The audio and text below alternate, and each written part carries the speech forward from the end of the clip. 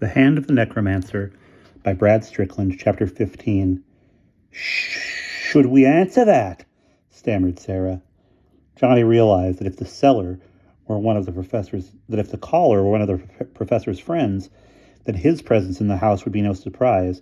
He picked up the receiver and held it to his ear, without saying anything. "Hello, is anyone there?" asked a cranky voice. Johnny almost burst with relief. "Professor Childermass! We were worried sick about you. Where on earth did you go?" "Ah, my young friend, where did I go? Well, here and there, let us say. Did you enjoy your birthday, John?" Frowning, Johnny realized that something was wrong. The voice sounded like the professor's, but it had a kind of false note, too. Yeah, Johnny said. Thanks for the card, but I lost it and I don't remember the puzzle. Where did you hide my present anyway?" The voice at the other end sighed. "Well, we'll soon deal with that, my boy. In fact, I'm on my way home now. I have decided to sell the carved hand to Mr. Murgle. He seems to be a harmless collector of antiques, so you just wait right there and we'll find your present together, Okay, said Johnny. His face felt numb. He hung up the phone and stared wildly at Sarah. "That was Murgle," he said. "He pretended to be the professor, and he sounded a lot like him, but it must have been Murgle. He has a little habit of saying, ever so often, and the professor never does that. He's on his way here." "Come on." Johnny followed Sarah downstairs. They went through the kitchen door and then through the backyard into the alley. "You see what this means, don't you?" "You see what this means, don't you?" "What?" Johnny asked. "Well, if Murgle's going to be coming here, then he won't be at home. And while he's out, we have to take a look inside that creepy old house of his because he may just be holding the professor prisoner." "Couldn't we call the professor or something?" groaned Johnny. Sarah gave him an exasperated look.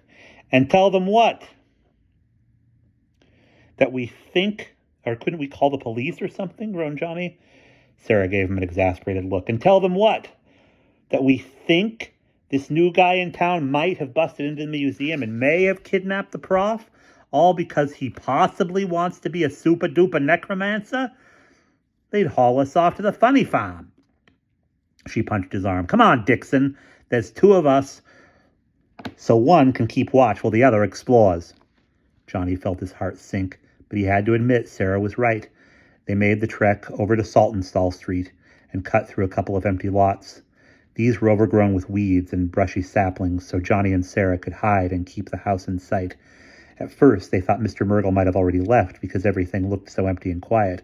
Then Sarah grabbed Johnny's wrist. A pink blur had appeared at the window in the octagonal tower room. It was Murgle's bald head peering out suspiciously. It vanished into the gloom, and a few minutes later they heard a car engine cough to life. From somewhere behind the house, a shiny black Hudson Hornet came bumping over a rutted drive.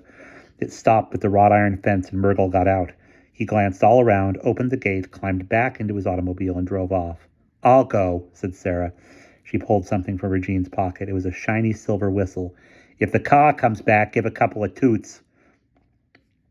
And you listen for me, because if a skeleton comes walking toward me, I'm going to scream my lungs out."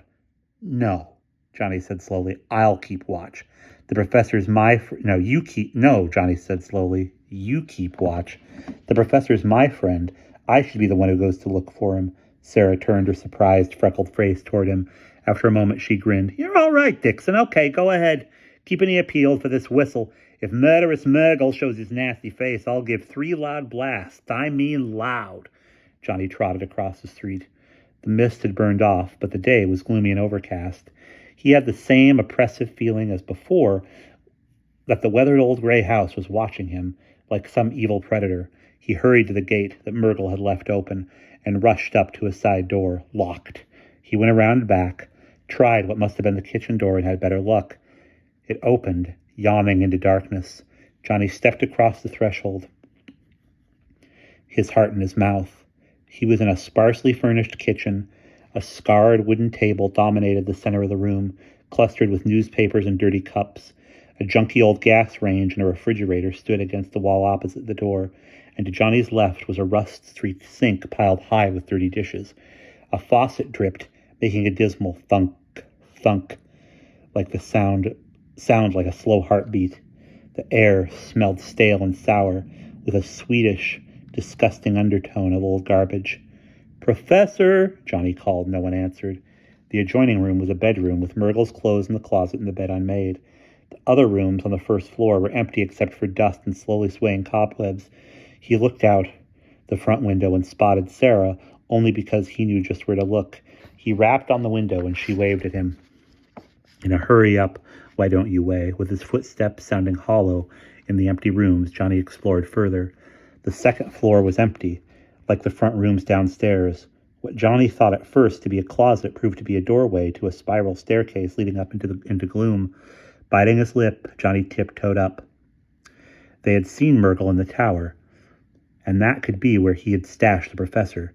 The air was suffocating, and Johnny was sweating heavily.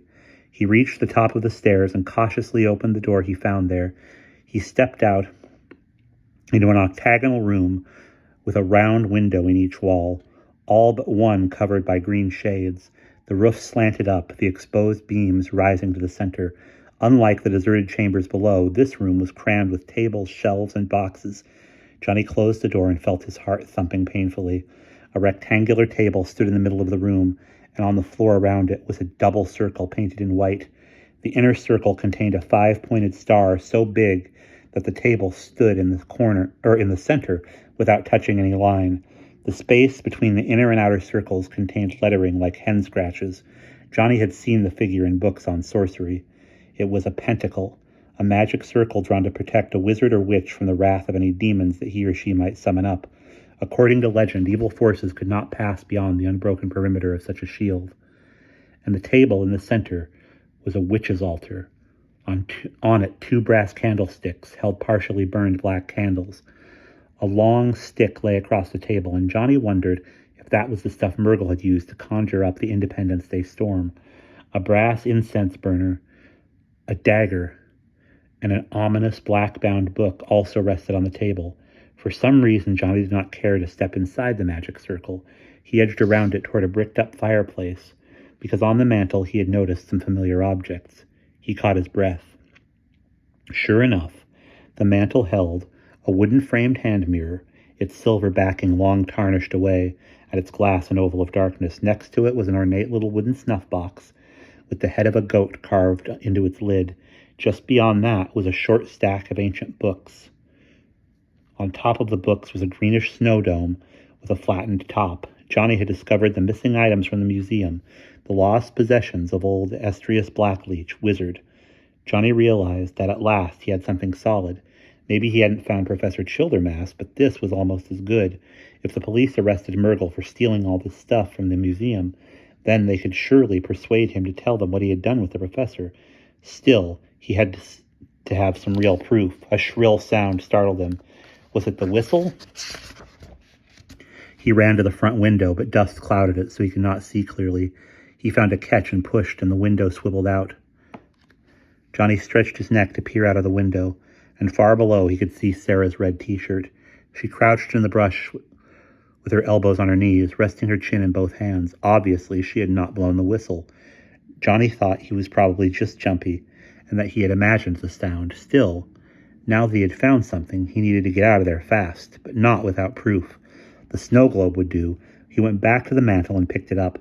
It was the museum's, all right, because Johnny could see the little crack he had made when he had bumped it to the floor. Evidently, the flaw went all the way through because a small air bubble now bobbed on top of the globe. The water was slowly evaporating.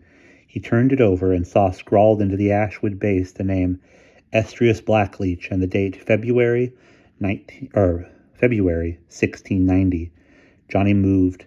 He turned the globe over, and the snow inside it swirled into a miniature blizzard. As Johnny moved, he turned the globe over, and the snow inside it swirled into a miniature blizzard. Johnny's ears began to buzz strangely, and he felt dizzy, as if he had turned in rapid circles and had suddenly come to a stop. He blinked and focused his eyes on the figure in the snow globe, forever striding toward the safety of the cabin and forever failing to reach it.